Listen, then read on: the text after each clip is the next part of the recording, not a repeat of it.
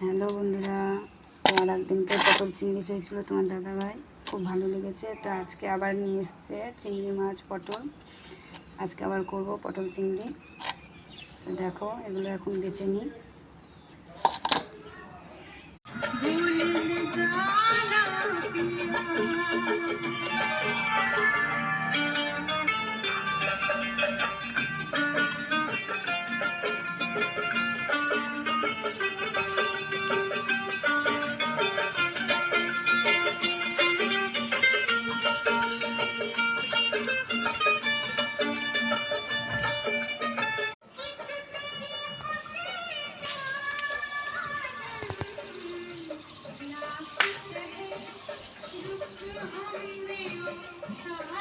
School যাবি না, খাওয়ারও হবে না।